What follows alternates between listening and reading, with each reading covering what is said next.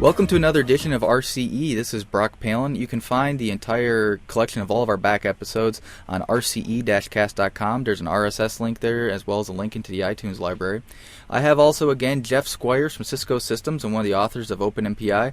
Jeff, thanks again for taking some time out. Yeah, and I would just like to point out that all of our shows are wardrobe malfunction free and misbehaving singer malfunction free as well. Well, it kind of helps that we're audio only and we don't even try to sing. Yeah, I think that would be pretty ugly, actually. So there's other information off the website. You can find a link to Jeff's blog as well as my new blog and our Twitter feeds and all the usual stuff on there. I also throw out some questions and stuff about the podcast. You guys can give us any questions you'd like to have included about upcoming stuff. You can follow me at Brock Palen, all one word. And you can find Jeff off of mine, actually. Yeah, there you go. Good enough. Feedback is always appreciated, and we always take suggestions for new topics for podcasts and things like that. And by the way, Brock, you got to say the name of your blog because it is just kind of funny. Oh, FAST, Failure as a Service? Failure as a Service. Yeah, I got a hat tip to Matthew Britt, who came up with that one and was nice enough to actually let me use that name. He's a great guy I work with here at U of M, and that name was just like, wow, can I use that? All right, well, let's go ahead and get on with today. Brock, who do we have today? Who we have today are, we have two people. They're both at Argonne at the Mathematics and Computer Science Division. We have Rob Latham and Rajeev Thakur. We'll give them an opportunity to introduce themselves, but they're here talking about Romio. So, Rob, why don't you go ahead and give us a little rundown? Hi, I'm Rob Latham. I've been at Argonne for 10 years. I work on the Romio library and some other I/O libraries, and often work with applications to help them use this stuff effectively. I'm Rajeev Thakur. I'm a senior computer scientist at Argonne. I've been here almost 17 years now, and I work on MPI, MPICH, Parallel I/O, and so forth. I was the original author of Romio, which is what we're going to talk about today. Yeah, so this stuff is obviously near and dear to my heart. I know these guys. Rajeev, I see all the time at the MPI forum meetings, and as of this recording, at least, we'll see each other in about a month at the next forum meeting in Chicago. Yeah, if I could interject a little something here. This topic, MPI-IO and Romio, this is something that a lot of users don't know exists, and if you're a user or you're a writer of MPI applications, this is something to be aware that it is actually possible to do parallel I/O, and it can make your life a lot simpler. So actually, let's roll right into this. Can one of you give us a rundown of what was the motivation behind MPI-IO and what is it? So MPI-IO is an interface for parallel file I/O from a parallel program, from MPI programs. And the motivation behind it was similar to the motivation behind MPI in the first place. So there wasn't, before MPI-IO, there wasn't a single portable way of doing parallel I/O from a program. And MPI-1 had just been released, and so it made sense to think about whether something like that could be done for I/O. And Mark Sneer from IBM Research at that time first came up with this idea, I think in '94, to explore the use of MPI-like interface for I/O. So I do have to ask, where did the name Romio come from?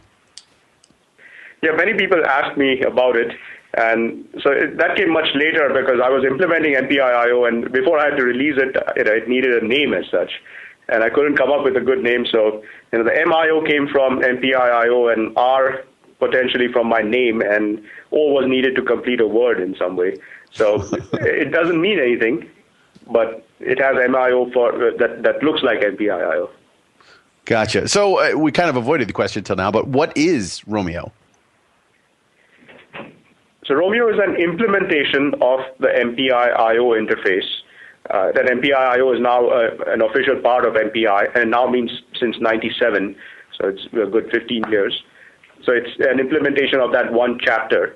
And it's a portable implementation. It works on many file systems, and it works with many different MPI implementations. And it's actually included as part of many MPI implementations. So users don't see it separately as such anymore.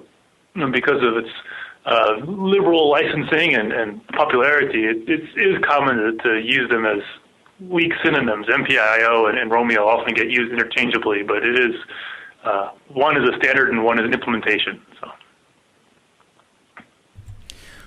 So before MPI-IO was defined or Romio existed, did people even do parallel I/O?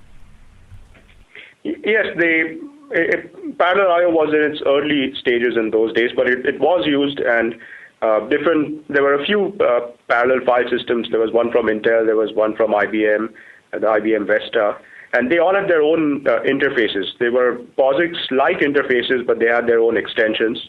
There were also some higher-level libraries like the Passion library that I worked on as a graduate student. So there were different ways of doing I/O. There was no one standard way of doing it. So actually, before we go too far into this, what does MPI-IO give you as a user in terms of benefit? It gives you a portable interface that is like MPI. So if you're in an MPI program, it's quite natural to use it. And it allows you to express your I/O in the form of collective operations, in the form of non-contiguous operations expressed using MPI data types and so forth. And it provides well-defined and clean semantics for what it means when multiple processes are writing to the same file. And so forth. So you get the semantics, you get the features that you need for writing, for accessing files in parallel, and potentially you can get the performance from an implementation of MPI-IO. So what is the difference? Why can't I, as I'm a sharp application developer guy. I've been doing MPI codes for years.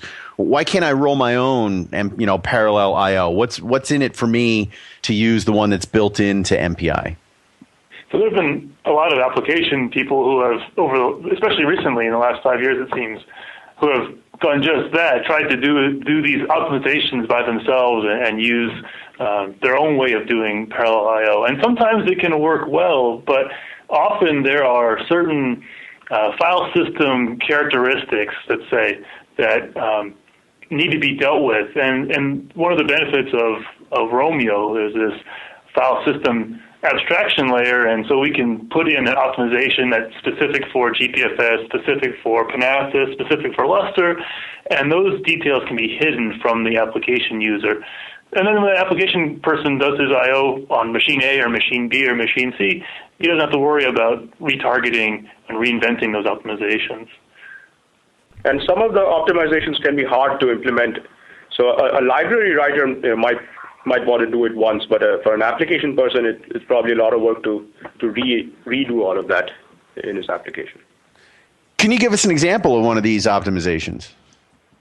I think the most desired optimization right now is this idea of aggregation. And we have these processes that scale to hundreds of thousands of MPI processes now, and people find pretty quickly that if you do I/O from all 100,000 processes, you'll swamp the I/O system and just get really bad performance. So instead, you pick a subset of these processors and use them to do I/O on behalf of everybody else. It does a couple things for you, but for the sake of making a more friendly request workload to the file system, that's really the biggest benefit. Now, you can do this as an application person, but sometimes there are some machine-specific topologies that you can take even more advantage of. So that's something, for example, on BlueJean that's done on behalf of the user. And if you were to implement it yourself, you may end up putting all of your processes on one or two network links versus being more evenly distributed across the system.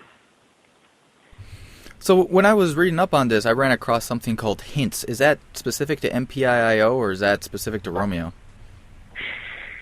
That is a tuning feature defined in the MPI standard. A lot of these interfaces have some way of hinting, even if you open a file in POSIX, you pass in flags saying what you're going to do with it. I'm going to read the file, read only or write only, or read and write.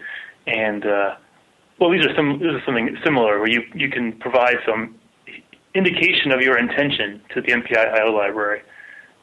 Hints are very simple to use. They're string-based key value pairs, and they have the other